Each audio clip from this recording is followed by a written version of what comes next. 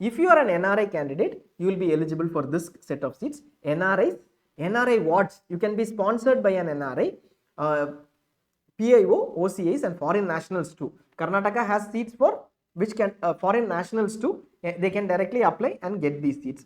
NRI candidates have to note that unlike many other institutions, NRI candidates have to furnish a bank guarantee right at the beginning, at the time of admission. When you are joining, you will have to have a bank guarantee, which means you will have to have that money in your bank account and give a guarantee through a tripartite agreement with the bank, saying that in case I leave the seat, this money will go to the particular institution. So that is available, that is required for NRI seats. Now this two set of seats, institutional quota we have and NRI, both are different. Who is eligible for this? Everybody is eligible across India except for one set of people, correct? Here NRI, PIO, OCA, foreign nationals. Who is eligible for this seats? Whoever is ineligible for institutional quota, those set of candidates are eligible for NRI seats. Last year in round 1, Karnataka created so much confusion, combining both seats and putting everybody into the same bucket and running the allotment by the same order. We hope that that will not happen this year. They did not do it for MDS. We hope that that will not happen this year. So last year in ZyNerd, if you look at it, first round would be only called NRI because they combined everybody and put together under a NRI bucket and gave them equal priority instead of splitting the seats. But round 2, they tried to mend it, but there were some issues still. Reservation, we already looked at reservation. If you are not from Karnataka, this might not interest you. You've already looked at what open seats. If you're not looking at GMCs, this might not interest you. You already looked at open seats and you also looked at what other category seats which are for all candidates across India. We will look at reservation and then also look at the application process. Just hold on till then. And also finally the changes in stipend and the changes in fee structure for Karnataka. Reservation in Karnataka, this is the reservation in Karnataka. There might have been some changes in terms of internal reallocation of categories, etc. that you will have to check. 5% horizontal reservation is there for PWD candidates. Karnataka will put up a notification. Usually for PWD candidates, all India there will be a 16 disability centers where you have to get a certificate. But Karnataka specifically will also do a medical examination. So you will have to be ready for that medical examination. Look at the intimations. Hyderabad, Karnataka reservation exists. There is also religious minority. We already know that Christian minority, Muslim minority religions, religious minority institutes are there and minority seats are there. First priority to Karnataka Christians or Karnataka Muslims. Second priority to all other state Muslims or Christians. Linguistic minority, there is no second priority, only first priority, only Karnataka schooling candidates are eligible. NRI reservation is there and there is also in-service reservation. For those service candidates who have completed 3 years of regular employment and till around 48 years, they are eligible for in-service reservation. 20% of seats are reserved for in-service candidates. They should not have completed MDMS in any specialty.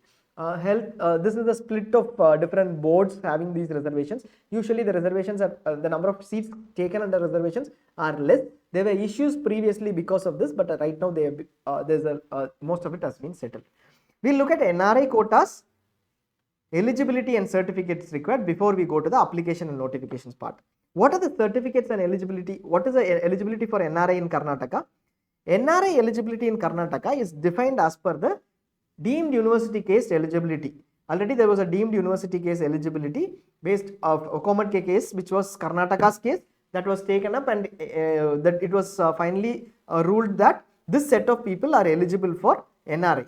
That was for the deemed universities.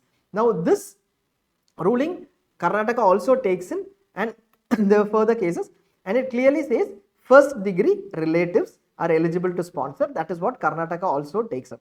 There are a lot of issues because Karnataka during document verification rejects a lot of NRI candidates. So be very clear about what documents you are going to submit. Submit every document they ask for instead of questioning why are they asking for these documents. Karnataka doesn't, in fact, in case you go there, you say that one document is not available, they will be happy to reject. KEA works that way. They will help you out, but you are not okay with the documents, you create an issue, they will be happy to reject. So please get all documents without complaining, because what ultimately you want is to get a seat under NRI quota. We are emphasizing because a lot of candidates say that for all India, we have got these seats. Why is Karnataka asking for extra documents? Don't take that approach is what we will suggest. All NRI wards, including foreign nationals, are eligible for the NRI quota in Karnataka. children or NRI, of NRI or their wards. Wards also here assumes the meaning of father, mother, real brother, sister, etc. Grandfather, grandmother, paternal uncle, aunt, and their children, first degree cousins, etc. No domicile based ineligibility, everybody is eligible. FMGs are also eligible. Residence proof needs to be provided, parents residence certificate by the embassy or anything else to establish the evidence of you being in that country. An affidavit on a 100 rupees stamp paper is to be provided. Passport or visa copy. Candidate's passport copy is also required if the candidate is NRI, otherwise the sponsors. Citizenship of the candidate, in case you are on OCA, that is required. Income tax documents, so having filed as an NRI would be an additional advantage. And ward certificate, there is a ward certificate prescribed, Annexure 7 or something if I am not wrong. You get that certificate, that is an absolute necessity. FMGs to produce, FMGs should also produce the general screening test and study certificate of having studied outside India, that usually you will have. Foreign nationals, in case you are applying, in case somebody is watching, qualification registration certificate in that country, you need to get that. In that country wherever you completed that MBBS, that has become a requirement now for internship too. Temporary registration should be obtained within 1 month of admission. This has to go through the Ministry of External Affairs too.